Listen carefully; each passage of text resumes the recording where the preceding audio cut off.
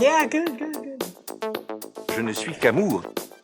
I'm in a glass case of emotion! I like it.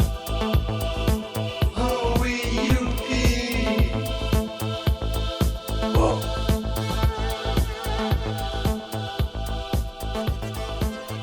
Salut à tous et bienvenue dans ce podcast intitulé The Watchmen.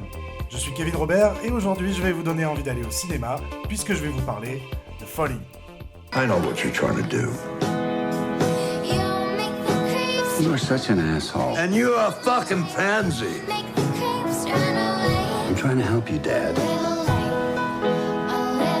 Heaven doesn't want him, and hell keeps sending him back.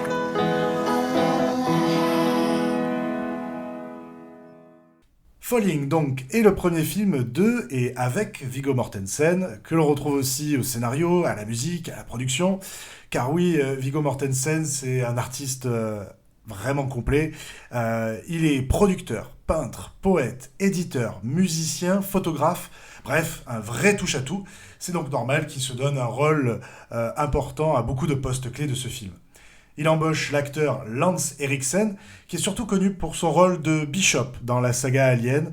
Ici, il est dans le rôle de Willis, un père infâme, odieux, vraiment détestable. Alors, en quoi Falling est un très bon premier film ? Tout commence lorsque John décide d'aller chercher son père, Willis, isolé dans sa campagne proche de Chicago, toujours enneigée.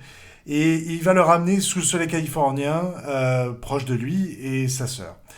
Le personnage de Willis, vraiment magnifiquement interprété par Lance Henriksen, est forgé sur le modèle patriarcal. Vraiment le cliché du modèle patriarcal, les vieilles valeurs, la tradition, la chasse, bref, en opposition totale avec son fils John, démocrate et vraiment ouvert d'esprit.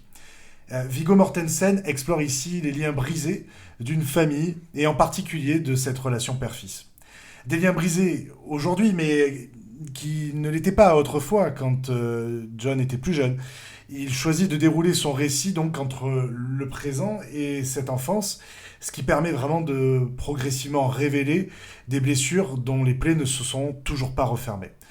Il y a une très belle scène, vous verrez dans le film, une scène avec un canard, qui est vraiment toute une allégorie pendant le premier quart du film, et vraiment, ne serait-ce que pour ça, ça vaut le coup d'aller le voir.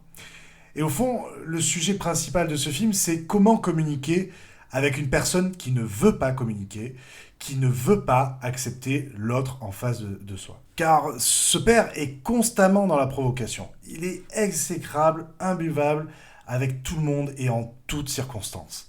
Son autorité est parfois mise à mal par son entourage, mais malgré sa démence naissante, on voit bien qu'il surenchérit et il se moque complètement de blesser ses proches.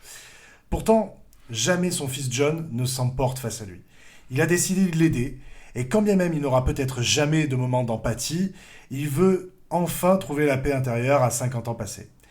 Et c'est ce qui nous tient en haleine, nous spectateurs, pendant tout le film, c'est cette non-réaction face à l'ignoble. J'y vois personnellement une vraie résonance de cette histoire entre deux Amériques qui n'arrivent pas à se parler aujourd'hui, à bien communiquer. Cette histoire, c'est vraiment le parfait reflet de ce qui se joue en ce moment aux États-Unis, mais aussi dans d'autres pays comme la France. Alors malgré nos différences d'opinion, de vision sur les choses de la vie, et peut-être sur certaines valeurs, dans ce brouhaha médiatique et numérique constant, peut-on se parler ? Peut-on juste échanger sans aboyer, sans vouloir à tout prix dominer l'autre ? Et Viggo Mortensen y trouve une jolie réponse, car à mon sens, le personnage central, ce n'est ni le père ni le fils, mais bien la mère, douce et aimante. Et il faut saluer la jolie performance de l'actrice montante Anna Gross, car elle brille tout au long du film, même si elle est souvent absente des prises de vue. C'est la réussite de Viggo Mortensen, c'est souvent la réussite de grands réalisateurs, c'est de faire ressentir les choses tout en ne les montrant pas. Et on ressent parfois la sensibilité du personnage de la mère dans l'œil du fils de John. Alors, même si certaines scènes poétiques et lancinantes peuvent donner une redondance au récit, et même si on sent que Viggo Mortensen ne sait pas comment finir son film, je vous recommande quand même chaudement Falling. C'est bientôt la fête des pères, cela me donne l'occasion d'embrasser mon père, et je me réjouis que malgré nos différences de point de vue sur certains sujets, on arrive tout de même à échanger en toute simplicité. Je vous remercie de m'avoir écouté, je vous retrouve très vite pour de nouvelles recommandations cinéphiles. En attendant, allez voir des films en salle au cinéma. Salut! C'était fabuleux. On va rentrer. C'est payé, on va rentrer. Go home. It's all over. Thanks.